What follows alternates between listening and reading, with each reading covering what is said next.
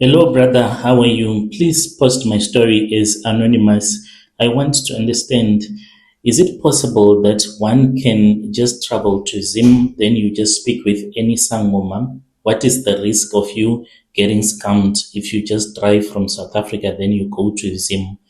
There is a family that I am looking for. I don't even know how to find this family because at the place where they were staying, they did not even know their names. And since it is something that happened a very long time ago, only the kids that are the children of the owners of the house, they are now in Joburg. So when I went to speak with them, they were like, yo, it is something that happened a long time ago. We knew those people, but we can't even remember their names. This thing, it happened, it was in 2011. Karma will always find you. It was in December, and till this very day, I'm still struggling spiritually. And I hope that there might be a Sangoma here that is from Zim that will feel sorry for me and try to assist me. I do not want someone that is going to scam me of my money. So I had returned back home to the village. I was studying here in Johannesburg, staying with my auntie, and I'll call myself Big Boy. And people used to call me Big Boy because of the way that I am built. I'm really big. So back in the village, when I went there, I was studying for a degree. That December, there was a local family who had accused their Zimbabwean head boy, a guy who had stolen some money and some tools. So because of that, in the village, there were talks of everyone in the village who was not local was supposed to leave the village. They were people that came from Lesotho and others that were from Mozambique, including guys that were from Zim, that were looking after people's homes as well as the cattle, and others they were just working as bricklayers and working in the villages and the nearby villages. So the local Induna's sons and the other youths decided that every foreigner, Zimbabwean, Mozambican, Lesotho, had to leave by the following morning. They were only given a couple of hours to pack all of their belongings and to leave the village by the following morning. By the following morning, if we were going to find you, then you were going to know who we were in that village. So when they spoke about this, they did not just tell them to go, they organized a patrol. So these patrols I was also involved in. They gave us crates of beer so we can drink whilst we were chasing people away, because we were told that this was a job that was supposed to be done throughout the night. We were going to clean the village at night. Everyone was supposed to be out of the village until the next morning, so we were not going to sleep on that night. There were a couple of bakkies that we had been given to use, so we were moving house to house, door by door. And by then, brother, I was already a heavy drinker in Joburg. I was a heavy drinker back then. It started when I was in university. By 10 p.m., it was on 14th of December, I was completely blacked out. And then my buddies then told me to go and rest, but I was still walking. Before we had gone back home, I still remember that we went to this other house where there were other Zim people that were renting, and then this family, they had already fled and they had us coming and they ran away. We just opened the door. What happened next, I don't even know. But in the morning, when I woke up, I was in my room. I was sleeping on the bed. When I woke up, then I saw that we had taken some stuff from their rooms. What we had taken, they were electronics. We were drunk when we took this. I had a Sony DVD player. I don't know if people, they know what a DVD player looks like. So I had taken a Sony DVD player as well as a small TV, those old TVs, the big ones. I had one that was it was a silver one, and then there was this other big speaker. There were those old speakers that came with the amplifier on top. with a lot of buttons and the graphic equalizer. So those were the things that I had taken. When I woke up the next morning, it was on December 15, 2011. I woke up, I had a massive hangover. I looked at the junk on my floor and I felt stupid. I said, I'm a university student. I don't need this old cack. But I said, okay, it's fine. Let me just test these things. I will have a TV in my room and a DVD player. So I connected the TV, worked fine. The DVD player, it worked fine. Then it came time for me to test the speaker. I tested the speaker right, but the sound was buzzing. I was someone that was very good. I actually did some piece jobs whenever I was at home. There were people that would bring their TVs, but I was very good with amplifiers, including speakers. I could fix them, rewire a speaker that was broken. So I then took a screwdriver and I opened the back of the wooden casing to see if the wire was loose. When I pulled the foam padding aside, then I saw a small blue plastic bag that was taped to the bottom. Inside, there was 4,000 cash and mostly 100 notes, 20 rands. It was a saving that was in there. And I said, okay, these guys, they don't keep money in the bank. They put money somewhere and they hide it so that when they go home, they would have budgeted money. So it is hidden in a place where no thief would even look. You could buy that speaker and you would keep it in your house, not knowing that there is money that is inside. And I was like, if I had gone to sell these speakers, then it meant that I was going to lose this 4,000. I did not hesitate. I took the money and I spent it on a groove throughout December with my girlfriend. It was so amazing.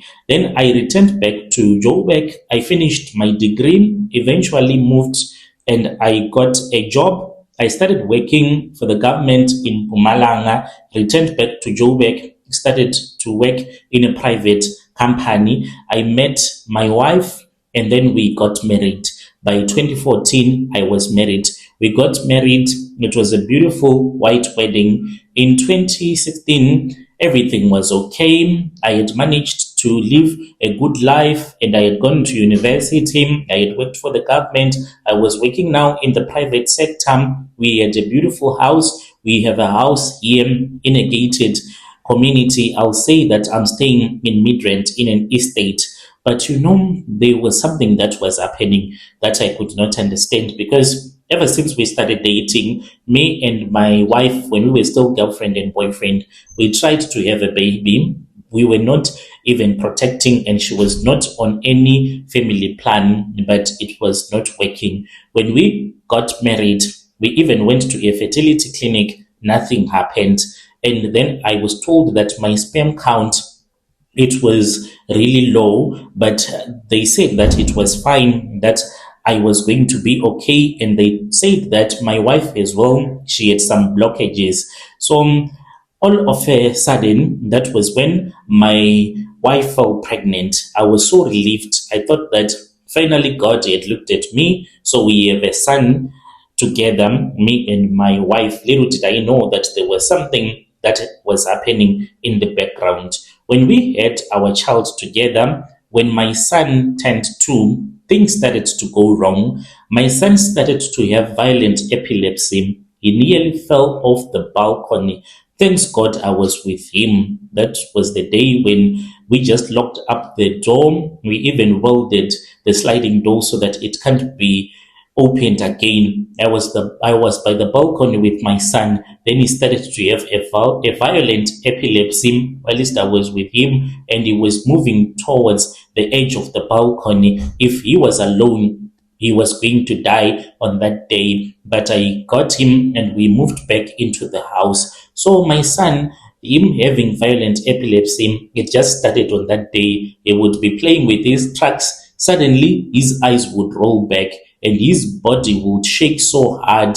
It would be so scary. We took him to the best neurologist at a private hospital. The medication that they gave to us did nothing. The seizures only got worse, usually hitting him at 3 a.m. the same time of night, we would always going to the hospital. As an African man, as a black man, even though I went to university, staying in the suburbs as a middle class family, but I started to think about it because these seizures, when they got really worse, they would only hit at a particular time at night, 3 a.m. I would feel something that will be moving out or even sitting outside of my bedroom window or by the balcony. Then the sound will stop. The moment that the sound will stop, then I would hear the maid calling us because the seizures would have begun. We even ended up having someone to assist us with the child. So this person was from Lesotho, who was our maid, so that our son, whenever you would have a seizure, you would be with someone that will see, and then she would call us. We would even rush to the hospital. So this person who is from Lesotho then started to tell me and my wife to go and consult with a Sangoma, but we did not go there because we are Christians, we are Pentecostal Christians. One day when I had visited my mother back in the village, I was speaking with my mother, and my mother insisted that I take the boy to a Sangoma. I was with the boy. I did not know that he was not my son. Even though, as someone who has a nice job, I did not want to believe in that stuff. Since I was home and my wife usually, she would refuse that I go to a Sangoma, so she was not around. And then my mother convinced me. It was me, my mother, and my son. We then went to this other Sangoma, a woman. When we got there, she did not even throw the bones. She looked at me and she said, this one, you have stolen someone's child. And I was surprised when I was called a thief. I said, why do you say that I am a thief? And then that was when I was told that the boy is the seed of another man, because my seed, it was tied in a ritual in Zim. I did not even connect it at that time. All that I had by then was that my son, whom I thought was my son, was not my son. His ancestors, they were looking for him. They were the ones that were making him to have an epilepsy as well as the seizures. My heart stopped. I confronted my wife, and then she confessed that because of the pressure of being childless in our family, it was killing her. That was when she slept with an ex-boyfriend. She just wanted to see who was the problem in our marriage. And when she fell pregnant, she told me that she tried countless times to remove that pregnancy, but she could not remove the pregnancy, no matter how hard she had tried. I don't know, maybe she was just lying to me that she tried to remove the pregnancy. So she apologized and she told me that it was a mistake that had happened.